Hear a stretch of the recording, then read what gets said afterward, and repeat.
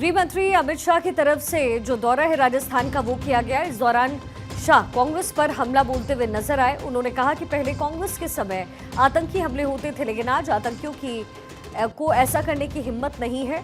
वहीं उन्होंने राजस्थान में पूर्व में लीक हुए पेपर्स को लेकर के सूबे की पूर्ववर्ती कांग्रेस सरकार पर जमकर हमला बोला। शाह ने कहा कि राजस्थान पेपर माफियाओं से ग्रस्त था, लेकिन भजनलाल सरकार ने पेपर लीक माफियाओं के खिलाफ कड़ी कार्रवाई करते हुए सख्त संदेश दिया है। शाह ने ऑपरेशन सिंदूर का जिक्र करते हुए कहा कि पीएम नरेंद्र मोदी ने दुश्मनों को कड़ा संदेश दिया। आज हमारी सेना आतंकियों के हमलों का खुलकर जवाब देती है। ये सशक्त भारत की पहचान है। उन्होंने कहा प्रधानमंत्री मोदी ने मजबूत भारत के सपने को साकार करने का भी काम किया है।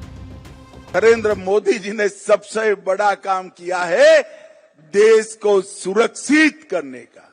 और जो कांग्रेस के राज में ये देश आए दिन आतंकवादी हमलों से त्रस्त था।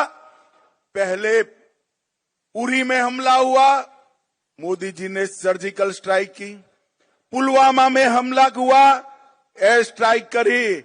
और पहलगांव में हमला किया, ऑपरेशन सिंदूर कर पाकिस्तान के घर में जाकर आतंकवादियों के परछड्डे उड़ा दी और एक मजबूत संदेश पूरी दुनिया को भेजा है कि भारत के नागरिक, भारत की सेना और भारत की सीमा इसके साथ छेड़खानी नहीं करते, वरना नतीजे भुगतने पड़ते हैं। और मोदी जी ने ये संदेश देकर एक समृद्ध, सुरक्षित और विकसित भारत के स्वप्न को सच्चा करने का, जमीन पर उतारने का काम किया है। गृहमंत्री अमित शाह ने डबल इंजन की सरकार की उपलब्धियां भी गिनवाई। शाह ने राजस्थान की भजनलाल सरकार की प्रशंसा करते हुए कहा कि यहां 450 रुपए में गरीबों को गैस सिलेंडर दिया जा रहा है। बीजेपी सरकार ने राम सेतु जल लिंक परियोजना की सौगात दी।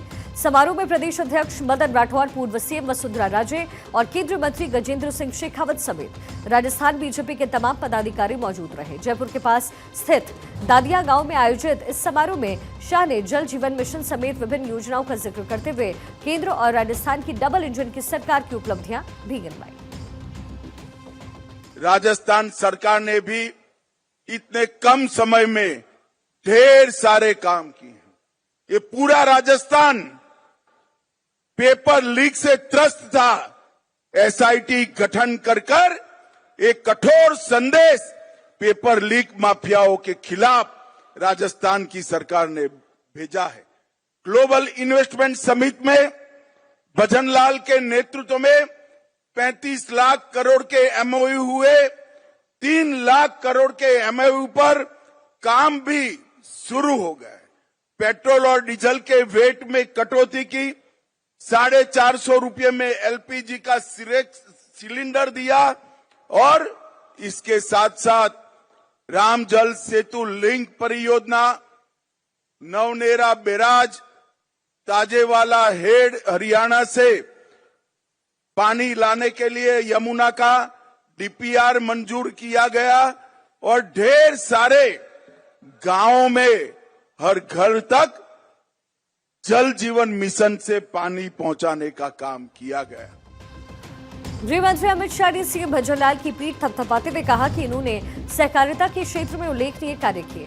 भजनलाल की बदौलत राजस्थान सहकारिता के क्षेत्र में देश के पहले 5 राज्यों में शामिल हुआ। शाह ने कहा कि भारत सरकार और राजस्थान सरकार मिलकर के राजस्थान के सहकारिता आंदोलन को और मजबूत करेंगे। राजस्थान देश के कृषि विकास में बड़ा योगदान दे रहा है। श्री अन्न उत्पादक में भी राजस्थान का बड़ा योगदान है। नरेंद्र मोदी सरकार ने 11 साल के अंदर 60 करोड़ गरीबों के लिए घर, शौचालय, बिजली, गैस, 5 किलो मुफ्त अनाज और इसके साथ साथ 5 लाख तक की फ्री दवाइयों का और इलाज का व्यवस्था नरेंद्र मोदी जी ने किया है। ये सारी योजनाओं का क्रियान्वयन भजनलाल जी के नेतृत्व में राजस्थान में बहुत अच्छे तरीके से होता है। मगर मैं भजनलाल जी को एक और काम के लिए भी बधाई देना चाहता हूं। इन्होंने सहकारिता के सारे इनिशिएटिव में राजस्थान को देश में 1 से 5 नंबर में लाने का काम हमारे भजन लाल शर्मा ने किया है और आज राजस्थान में सहकारिता मजबूत हो रही है। इससे पहले सीएम भजनलाल शर्मा ने ये कहा कि आज अंतर्राष्ट्रीय सहकारिता दिवस मनाया जा रहा है। अमित शाह के कुशल नेतृत्व में सहकारिता का कार्य आगे बढ़ रहा है। सहकारिता के माध्यम से लोन से लेकर के किसानों को खाद्य उर्वरक और बीज मुहैया करवाएं। हमारी सरकार सहकारिता के महत्व को अच्छी तरह समझती है। किसानों को उचित मूल्य दिलाने से लेकर महिलाओं व छोटे उद्यमियों को सशक्त बनाने एवं उनका विकास सुनिश्चित करने में सहभागिता की बड़ी भूमिका है। इसका महत्व पूरी दुनिया को समझाने के लिए 2025 को अंतर्राष्ट्रीय सहकारिता वर्ष के रूप में मनाया जा रहा है। आज देश में 8.5 लाख सहकारी समितियों का व्यापक नेटवर्क देश भर में लोगों को सशक्त बनाने का काम कर रहा है। पैक्स गांव के स्तर पर अल्पकालिक ऋण, बीज, उर्वरक और आवश्यक सेवाएं प्रदान कर किसानों को मजबूत बनाने का सराहनीय काम कर रहा है।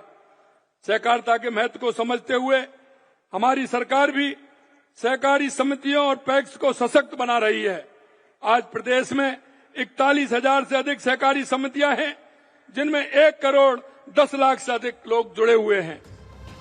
आपको बता दें कि इससे पहले शाह ने युवाओं को नियुक्ति पत्र भी सौंपे। समारोह में 8,000 से ज्यादा युवाओं को नियुक्ति पत्र दिए गए। इसके साथ ही शाह ने अन्न भंडारण योजना के तहत तैयार किए गए 24 गोडाउन्स और श्री अन्न के प्रोत्साहन के लिए संचालित 64 मिलेट्स आउटलेट समेत अन्य योजनाओं का लोकार्पण भी किया है।